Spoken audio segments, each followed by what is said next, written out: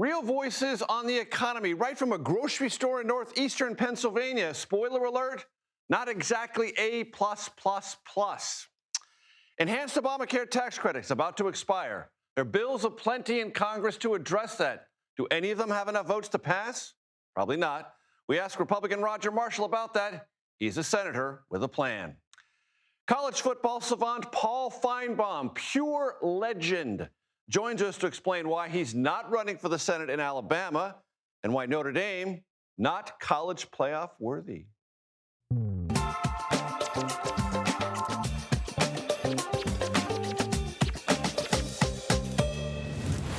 Hello, everyone. I'm Major Garrett in Washington. Welcome to the Takeout.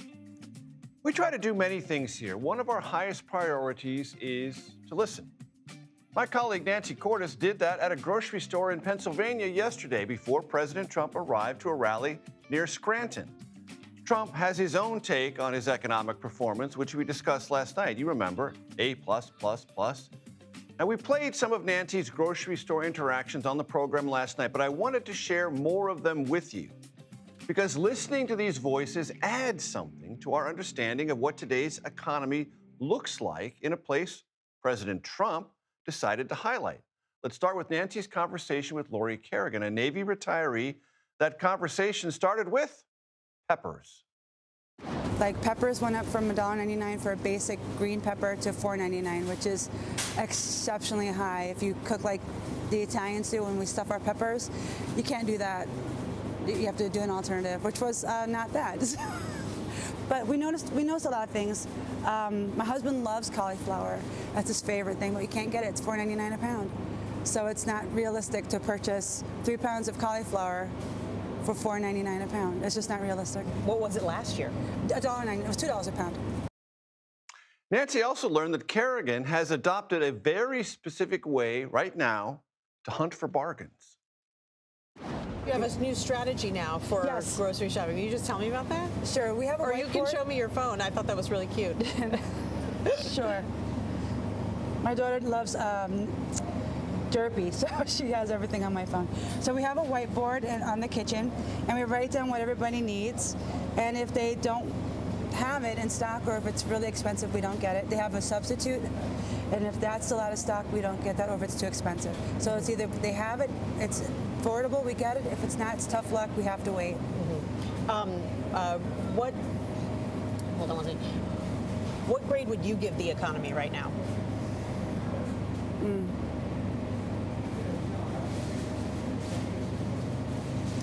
I would think a B-. Nancy also met with Anne Marie Hadley, a retired special education teacher. The economy is not good. I don't see promises being kept. I think there's too much concentration on other countries. That's my opinion, but... What do you mean? Well, I think we're too involved with, making tariffs. I don't even know how to describe it. I just don't think what's promised has been done. I'll say that. And the promise was to bring prices down. Oh, absolutely. Mm-hmm. What do you think they should do? Bring the prices down. What grade would you give the economy right now? Oh, I would give it a D. Now, on the program last night, Nancy mentioned meeting a man who wasn't as down on the economy as some others she met. His name is Paul Naughton, an environmental services technician. What grade would you give the economy right now? Honestly, for myself personally, I'd probably say about a good B, just because my investments are doing pretty well. My 401ks are doing pretty well. But again, that's just me personally. I know for a lot of people it might not be so good. Like I said, we're just blessed that my family's able to keep it together. Lastly, Nancy met Julie Carden, who works in radiology imaging as a scheduler. I can't really think of anything that hasn't gone up.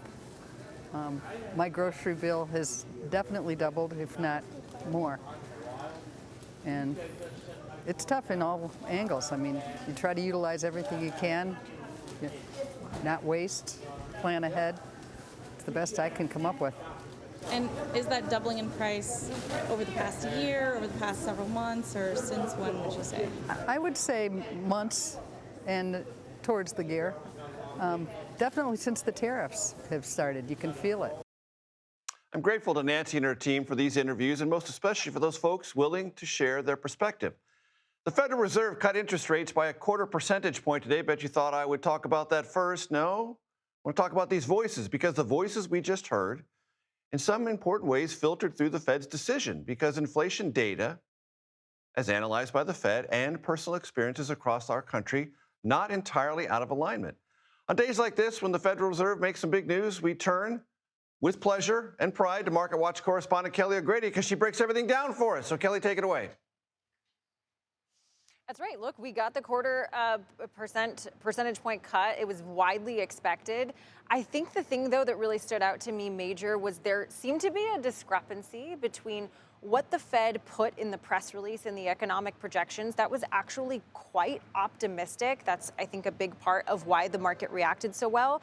The Fed upped its economic growth projections for next year and lowered its inflation projections. Doesn't mean that prices wouldn't rise, but just at a slower rate, right? Like that's what we've wanted to see, get closer to that 2 percentage point target, 2% target. However, when Powell spoke, I think the phrase of the day, Major, was we are, quote, well positioned to let the economy evolve, AKA we are not going to continue to see those rate cuts. And in fact, the Fed is projecting just one rate cut when it comes to next year. So that was my big takeaway, that there was optimism, but there was also a lot of caution in terms of Powell's tone. I mean, you know, he never gives up much, right?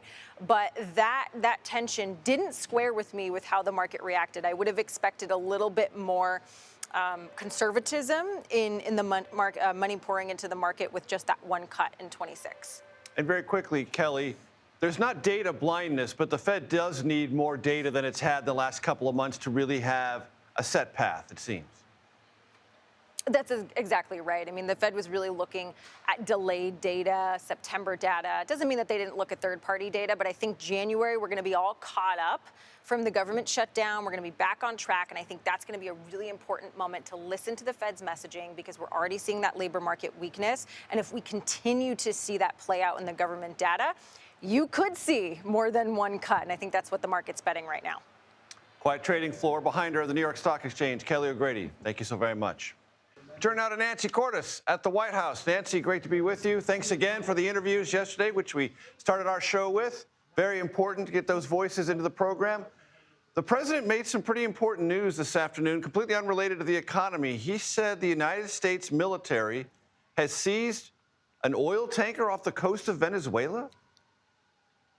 Yes, and this would certainly be a new front in these ongoing conflicts off the shores of Venezuela. But he didn't give that many details, Major.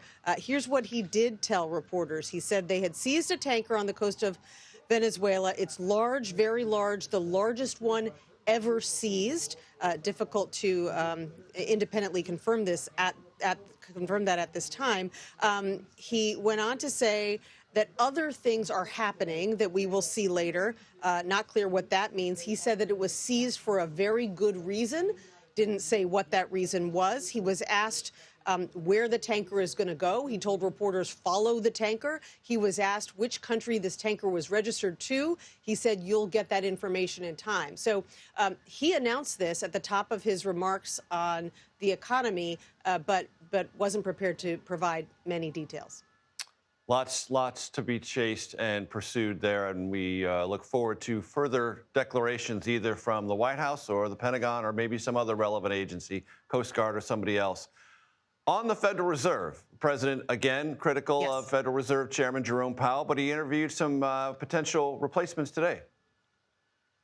That's right. He met with Kevin Warsh, he said, who has been one of the top contenders for a long time. But the president has also been saying for a while that he knows who he wants. And he didn't tip his hand today, whether that is Warsh, whether that is his top economic advisor, Kevin Hassett, or someone else. But he appears to be very close to making up his mind. And if he was happy today that the Fed had cut rates by 1/4 percentage point, he didn't show it, because he said what he really wants is for the U.S.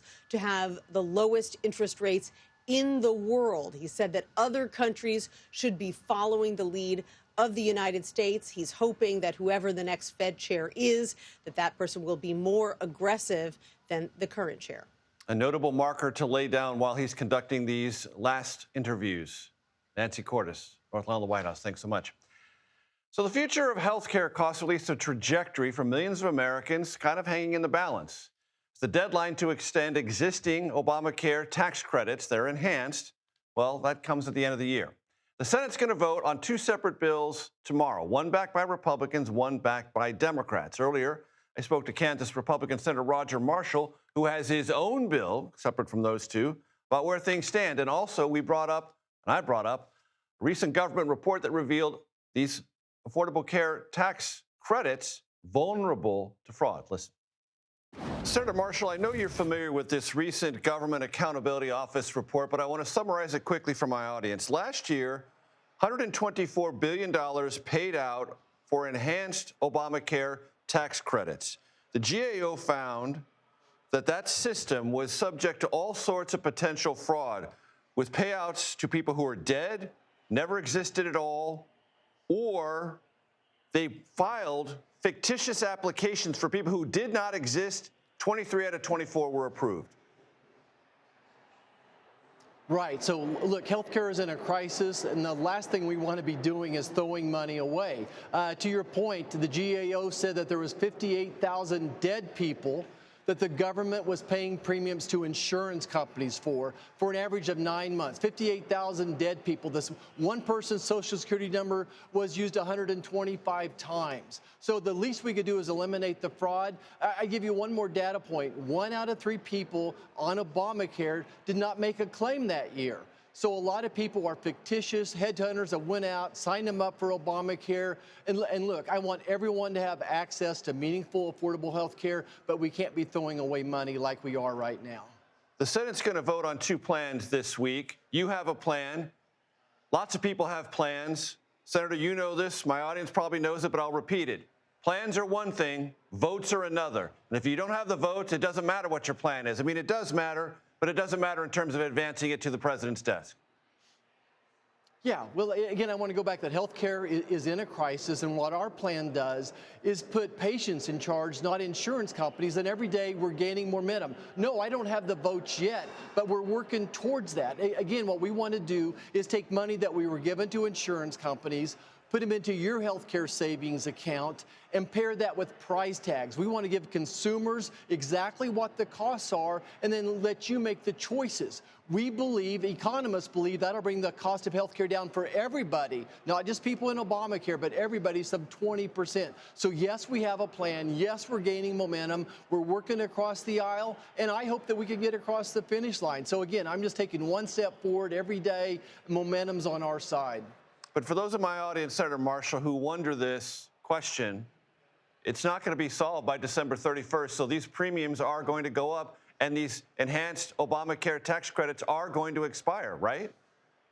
Right. And look, the premiums are going to go up even if we do add these extended. But the main Obamacare, which pays for about 80% of premiums for people under 400% of the poverty level, those are going to stay in place. It's the people over 400% of poverty level that are going to feel this really squeeze. But the real squeeze is the cost of health care for everybody, and that's what we need to address, and that's why we need to pass our transparency bill. Our price tag bills would do more to bring the cost of health care down than all these other plans out there. Look, tackling Obamacare is like tackling a buffalo that just ran through a barbed wire fence, and every time you try to set a piece of that fence free, you get poked by another part. It's complicated, but again, healthcare is in a crisis. I'm going to keep working at it. The president seems to be a bystander in all this. Why? Well, I never would try to speak for the president, but certainly he's blessed the most important component of our plan. And this is something we've been talking about for years, that he wants to empower patients, not insurance companies, that he wants to take these enhanced subsidies and give them to patients to put them into a healthcare savings account where they make choices right now. Look, I think this is a compliment from the president that he believes that and understands this is a complex issue. And this is why the people of America elected the senators to figure it out. The White House is there to enforce, to take care of the fraud, all those other types of things. They can help us set up some type of a reinsurance, health insurance program as well. But look, this job is a problem for the senators to figure out, the House members. I've been working on this not for a week or two, but now for 8 years up here. Senator, every time you and I discuss matters of public policy, I bring up what's going on at the CDC, Health and Human Services, vaccines, and the like. A lot has happened in the last 2 weeks. Are you satisfied with what's going on in terms of hepatitis B and other recommendations? Senator Bill Cassidy, not happy at all, arguing that the CDC is no longer in that particular aspect protecting American children. Well, Senator Cassidy and I are allowed to disagree from time to time. He's one of my very best friends. I want to empower patients and doctors. I want the doctors to explain to patients, to moms, to grandparents, to fathers, of course, why their child needs this hepatitis vaccine. And I happen to think they don't need it on day one. But if you and your doctor decide you want your child to have it on day one, go ahead. I would rather have the immune system of that child develop a little bit and assess risk factors. Look, hepatitis B is a sexually transmitted disease, or else it's transmitted through sharing IV drugs as well from drug abusers. Occasionally, if there's a person with personal contact. But we identify all those things through the pregnancy, and if we're unsure of the status, yes, let's give that baby the hepatitis B vaccine. But I think this is another situation where the CDC is trying to empower the patient and let them make the decision along with their doctor. You question the efficacy of the vaccine based on the data since 1992, Senator? No, not at all. I don't question the efficacy of it. I've had the hepatitis B vaccine, but I'm saying a one-day-old baby does not need it. I want that immune system to develop a little bit, and whether it's at 1 month or 3 months or a year, if there's no risk factors, I don't see the upside in doing that. Look, I'm perfectly fine with the timing right now, the polio vaccine, the MMR, the DTaP, those types of things, but I see no rush. Again, hepatitis B is a sexually transmitted disease, or else, unless your baby's going to go play in a sand pit with IV drug needles, I don't see why the baby needs a vaccine at 1 day of age. Kansas Republican Senator Roger Marshall, always a pleasure, sir. Thank you. Thank you so much, Major. I want to show you some video that has just been posted on the X account of the Attorney General Pam Bondi. It is what Nancy and I were just discussing, the seizure of an oil tanker off the coast of Venezuela. It's interesting that the Attorney General would post this on X. I'm going to try. I've never seen this video before. You're seeing it as I'm seeing it. Obviously, helicopter belaying down, coming onto the deck of the oil tanker, and then making efforts that appear very successful to, with, as I see it there, guns drawn, take possession on behalf of the U.S. government of this oil tanker. President Trump told reporters earlier this afternoon it was necessary for the U.S. government to do this. He didn't explain why. When asked where it was heading, he didn't say. Asked what would become of the oil on board, he said, I suspect we will take it. So that is what we know visually of what happened off the coast of Venezuela. We'll come back on the Takeout in just a couple of minutes. 90 seconds, actually. That's 90 seconds. So we'll be back in 90 seconds. Welcome back to Takeout. Something pretty interesting happened in Miami yesterday. The city elected its first Democratic mayor in 30 years. Eileen Higgins beat the Trump-endorsed candidate, Emilio Gonzalez, by 19.5 points. Higgins focused a lot on affordable housing and called recent immigration enforcement in the area, quote, inhumane and cruel. Here's my conversation with Higgins. Mayor-elect Higgins, your race has popped up on national prominence, and that makes me curious. Have you received any congratulatory calls today, let's say from, I don't know, the governor of Illinois, J.B. Pritzker, governor of California, Gavin Newsom, governor of Kentucky, Andy Beshear, governor of Pennsylvania, Josh Shapiro, anyone who might be interested in 2028? Well, a few of them have reached out, mostly through text messages, so they're busy too. It's an exciting day, but also got a lot of local folks. My Congresswoman, Frederica Wilson, reached out. So it's nice. It's nice to receive their support and good messages. Mayor-elect Higgins, is there any danger in national political reporters like myself overreading the results of the mayor's race in Miami, nationally or Florida, statewide? I mean, I think it's always important to look at the place, right? I think we saw that in the elections in November and then here. What the folks in New Jersey and Virginia and New York chose, they chose the person they thought would be right for them. And that's the same thing that happened here in Miami. The residents here, they were used to a government that had a history of corruption and disruption, and it was more like a reality TV show than a place that worked for them. And then you have the combination of the sad politics of trickle-down hatred that is menacing our immigrant population, and they were ready for change. When you say trickle-down hatred menacing the immigrant population, specifically, what do you mean? Well, in our community, which is primarily an immigrant community, as I've been out in the, whether it's at a picnic at a church or something, all around town, folks will whisper in my ear. It's always a whisper. They're afraid. They took my brother. I don't know what happened to my uncle. Sometimes it's Alligator Alcatraz. Sometimes they have no idea where their relatives are. That's not the way it's supposed to be in America. We should not be implementing this culture of fear. We all know we want a secure border, right? We want to know who's coming and who's going so no criminals are getting in to our country.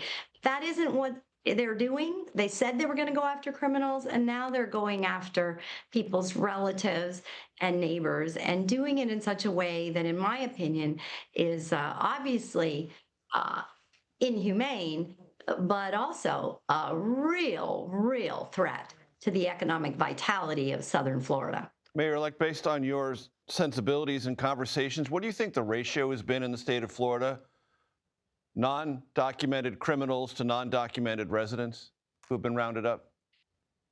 I don't know that we have clear facts on that. I've certainly heard some reporting where it's less than 10% actually have criminal backgrounds. I think that's more of a national number.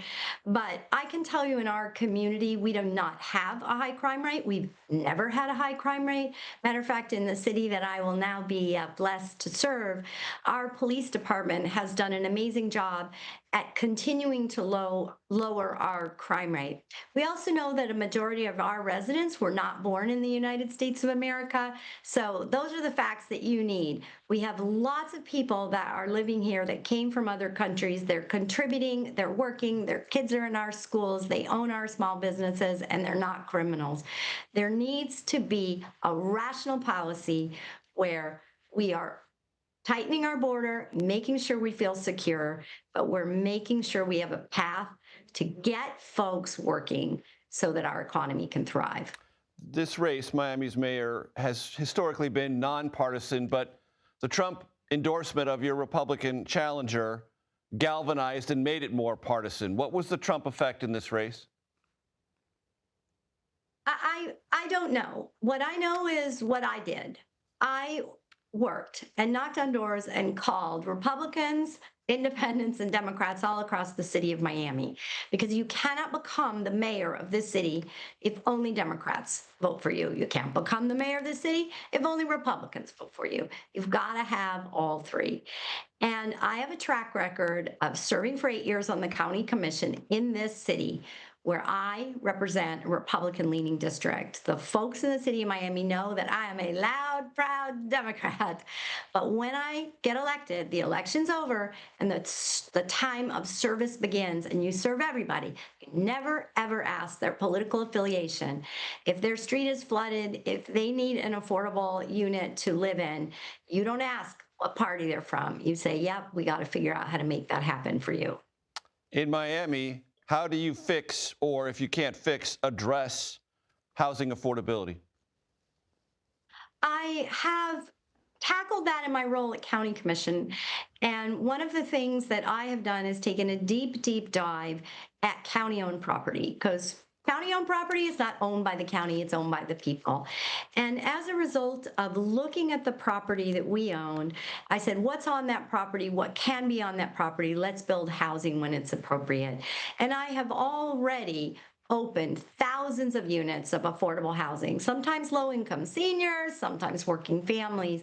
And that is exactly what I'm going to take with me to the city of Miami. I think that's a big reason people voted for me. We started with 13 candidates in the race. I was the only candidate with a history and a track record of building thousands of units. And that means I'm not going to go into the city with training wheels when it comes to housing.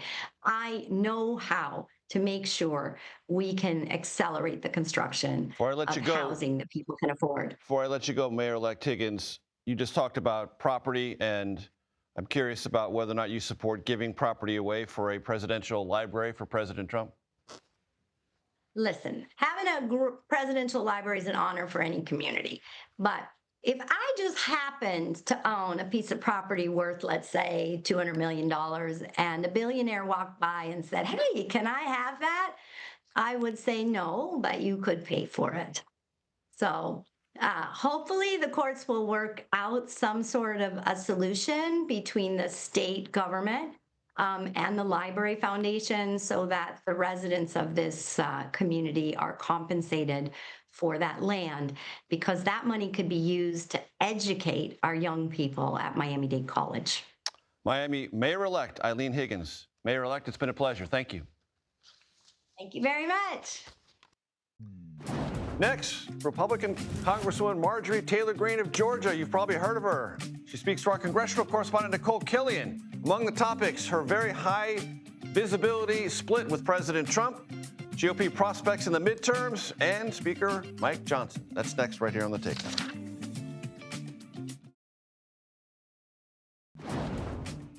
Welcome back to The Takeout. No further ado, let's turn to Nicole Killian on Capitol Hill. You talked to Marjorie Taylor Greene. First question, Trump and her. Take it away. Yeah, that's right. Well, obviously, we've seen a lot of back and forth over these last couple of weeks between the president and Marjorie Taylor Greene. And of course, that intensified after Congresswoman Greene spoke to our Leslie Stahl for a 60 Minutes interview. Shortly after that, the president posted on Truth Social calling Marjorie Taylor Greene jilted. He went on to say that she is not America First or MAGA, and also said that her views are, quote, those of a very dumb person. Take a listen to how Congresswoman Greene responded to that. I actually am starting to feel very sorry for President Trump, and people just don't buy it. It's actually a very poor reflection on him that he chooses to speak about me that way. People know who I am. They know what I've done. So Greene went on to call the president's comments demeaning. She said that it is unfortunate that he spoke so harshly about her. Of course, in that 60 Minutes interview, she talked about how some Republicans perceive the president, that they are terrified to step out of line. And she said that the president thinks that loyalty, unfortunately, is a one-way street. What did she say to you about the politics of affordability? Well, that was another issue, of course, coming on the heels of the president's speech in Pennsylvania just yesterday. You know, she said that she does not believe affordability is a hoax, something that the president has called that issue at times. And she said that the president should be more empathetic and change his tone. Take a listen. On the issue briefly of affordability, because you brought it up, the president recently gave himself a grade of A+++++. What grade would you give the president? I think it's hard for a lot of people to take. Look, electric bills have gone up. Everyone's bills have either stayed the same or are going higher. Grocery prices have not gone down. Everybody suffered from inflation that happened during the Biden administration. And I think the president needs to be aware that he's a billionaire, President of the United States, and you can't gaslight people and tell them that their bills are affordable. Do you still believe that Republicans will likely lose the midterms? And if so, do you believe it will be over this issue? I do believe at this time that Republicans will lose the midterms, and I think that's unfortunate. I very much wanted to be part of a Republican majority in Congress that solve problems for the American people. So again, the Congresswoman standing by what she said in her resignation post a few weeks ago that she still, as of now, thinks that Republicans could lose next November. She continues, though, to be a proponent of an America First agenda and says that this message of economic populism is the best way forward. Also critical of Speaker Mike Johnson for failing to build consensus and allowing legislation to the floor to her satisfaction. Nicole Killian, thanks so very much. CBS News is conducting a town hall meeting with Erica Kirk, the widow of Charlie Kirk. It will air on Saturday night.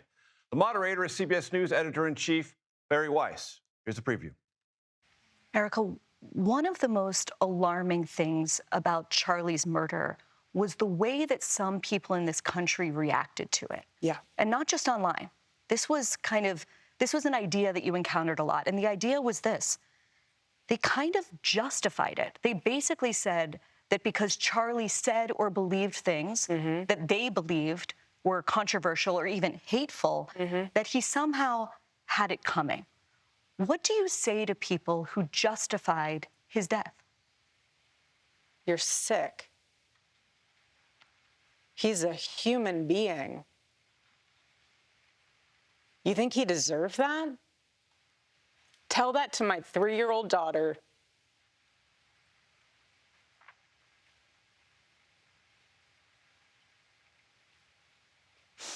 Excuse me. You want to watch in high res the video of my husband being murdered and laugh and say he deserves it? There's something very sick in your soul, and I pray that God saves you. I pray, because that is what is so wrong. The internet in this world has dehumanized us. We invite you to tune in to CBS this Saturday at 8 p.m. Eastern for the full 1-hour Erica Kirk Town Hall event moderated by CBS News editor-in-chief Barry Weiss. The appearance comes days after the release of Stop in the Name of God, Why Honoring the Sabbath Will Transform Your Life, the book her husband finished writing just before his death. And we'll be right back. Welcome back to Takeout. Ask any presidential nominee, they will tell you the primary calendar matters. What state goes first? There's a conversation going on that my two guests have started. Small, maybe it grows, I don't know. North Carolina, front of the line for the Democrats in 2028. Doug, hi. Andrew Bates. Good to be with you. Always great to be here. Why North Carolina? Doug? I'll let, do you want me to go first? Sure. I was going to say, since we're talking about Democrats, look, I ran comms for the Iowa caucus. Republican, Democrat, yes. As you know, I ran comms for the 2012 Iowa caucus. I love the Iowa caucus. However, the Democrats have put their schedule in flux. They've moved states back and forth. And this to me makes sense for a lot of reasons. One, fast-growing, changing state, a spread-out state. Not a huge state per se. It's large, but not California or Texas big, but spread out. And ultimately, it comes down to it is a battleground state, not just every 4 years for president, but it's a battleground in our gubernatorial races, our Senate races, and on down the line. I wanted Doug to start off, Andrew, because that's sort of a contrarian start for a Democratic conversation that you're trying to start that has more possibility on the Democratic side, smaller it might be than the Republican side. But a Democrat might reasonably say, Andrew, wait a minute, Trump won it 3 times. Why would we go there first? Well, I think by the same token, you could make the argument that we have a lot of outreach to do, and we have to make sure that at the very start of our process, we're hearing from people in the kind of battleground state that represents the kinds of people we need to make sure we're winning back. And North Carolina has been close, as Doug mentioned, not just in every recent presidential election, but also this year's Senate race is going to be one of the most watched. And one of the most expensive, if not the most expensive. Texas will probably give it a run for its money. Yeah. So the point is, from a Democratic perspective, go to where you're going to need to win the general and start there. Why not? Exactly. Doug? Yeah, no, I agree completely. And, we have a Democratic governor, and he's replaced a Democratic governor in North Carolina. So it's a state that goes back and forth quite often. And when Obama won it, it was the second closest state in the country. When he lost it, it was the second closest state in the country. Trump won it. His biggest margin was 3.7. If you go to South Carolina, he did a lot better than that. Speaking of South Carolina, That's what it was in 2020. Well, no, it wasn't. It was fourth in 2020, first in 2024. Why is North Carolina better than South Carolina? I have a lot of affection for South Carolina, having been on the Biden campaign. North Carolina doesn't have Jim Clyburn, I think is the short answer to that. And my mom's family is from there, but North Carolina is a battleground state. And South Carolina just isn't. I would love for South Carolina to become one, but the truth is that North Carolina is more competitive, and it is a more diverse state in terms of its makeup, in terms of the way that you deal with a mid-sized city like Fayetteville or big places like Charlotte, Raleigh. In order to win in North Carolina, you hone the same kinds of abilities that you need to win elsewhere. You've made this argument, and you're getting it started. Michigan's been making this argument for quite some time. Now, of course, New Hampshire has a law that says it's supposed to go first. That's always contested. They're going to make a very strong push for this. Michigan has been making a push for a very long time to be very close, if not first. Why not Michigan? Why is North Carolina better than Michigan? Well, the DNC has rules that ensure different regions get represented, so this wouldn't be to the exclusion of Michigan necessarily. We're talking about how North Carolina would be a good state to include for the South. We do think it should go first. And something that I think a lot of Democrats should appreciate is that the South is by far the biggest region in terms of population. It's about 1 in 3 Americans. We were looking this up when we were And certainly population growth. Yes. In migration. And North Carolina epitomizes that. It's been one of the fastest growing states for decades. Should Republicans think about this in ways that they currently aren't, Doug? I'd encourage them to, but even if they don't, I think it still benefits Republicans because, as you know, there's a disparate amount of campaign aids that come from Iowa and New Hampshire. As a Republican, let's grow that talent pool in North Carolina, Republican talent pool, Democratic talent pool as well, so that we can have all those boats rise and help North Carolina not only in its economy. By the way, that's a lot of jobs that come in. It's a lot of pizzas ordered, water bottles, hotel rooms, flights, rental cars, all of that. It's an economic driver, but also lifts the state's prestige. And look, North Carolina beat Michigan in 1993 in the NCAA finals. I was a student at Chapel Hill there. Michigan's a fine state, but it doesn't have the diversity that North Carolina has. Huge native population, huge military population, 11 HBCUs throughout the state, and its growth. Doug, hi. Andrew Bates, it's been a pleasure. We'll see where this goes. We hope to get it started. Tobacco Road. Remember that. We hope to get it started. Someone's always complaining about the college football playoffs. Sometimes it's me. This year it's Notre Dame, much more than I've ever complained. ESPN's Paul Finebaum lights up the Fighting Irish for their complaints and tells us about his flirtation with running for the Senate. Next, here on The Takeout.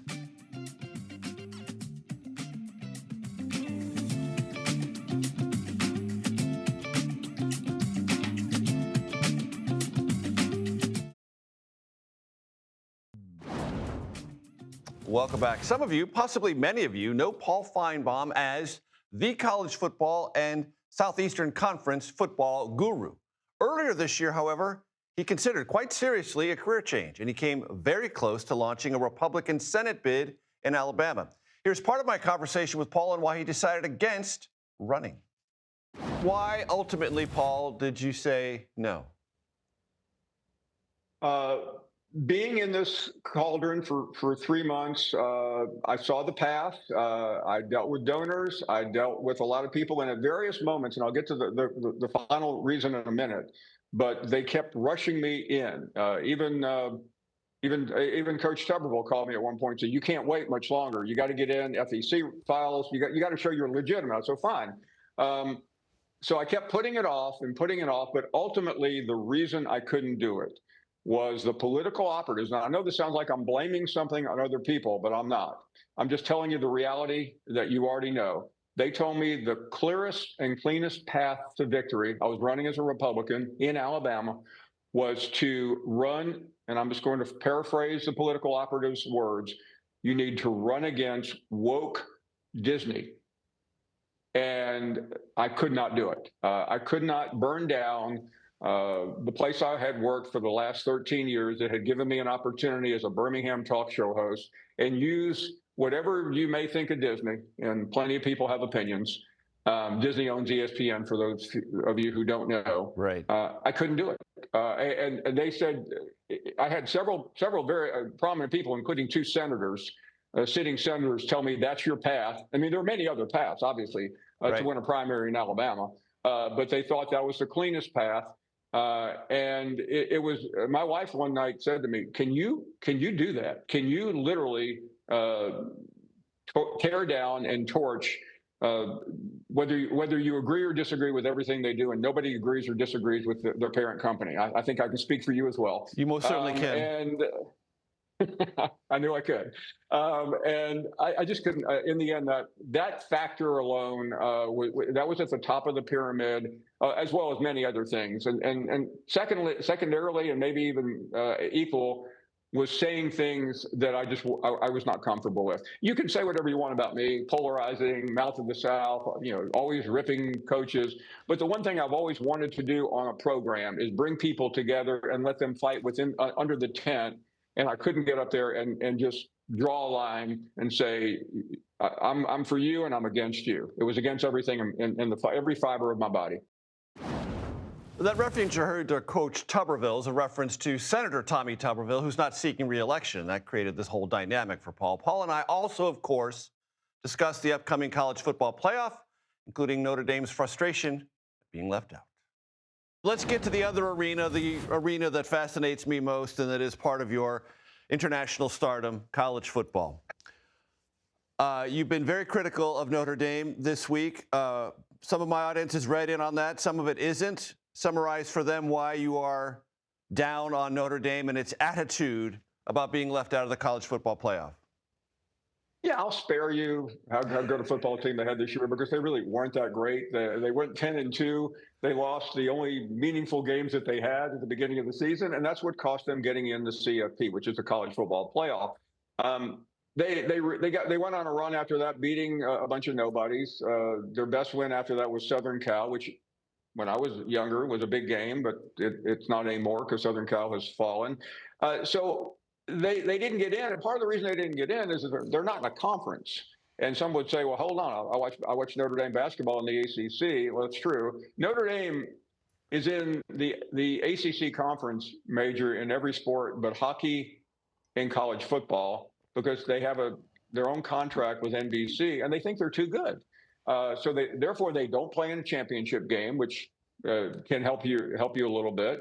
And they got left out because Miami and Notre Dame were the final two teams, and Miami beat Notre Dame. I mean, is that a novel idea that you have a head-to-head matchup? One team wins, one loses, but they wouldn't let. But Notre Dame said we belong in there, and their athletic director just went scorched earth. He went on the Dan Patrick Show on Monday and just started making a bunch of threats. He doubled down at a press conference. He actually said something. He said, no school in college football has ever had a better 10-game record than we have, meaning after the two losses.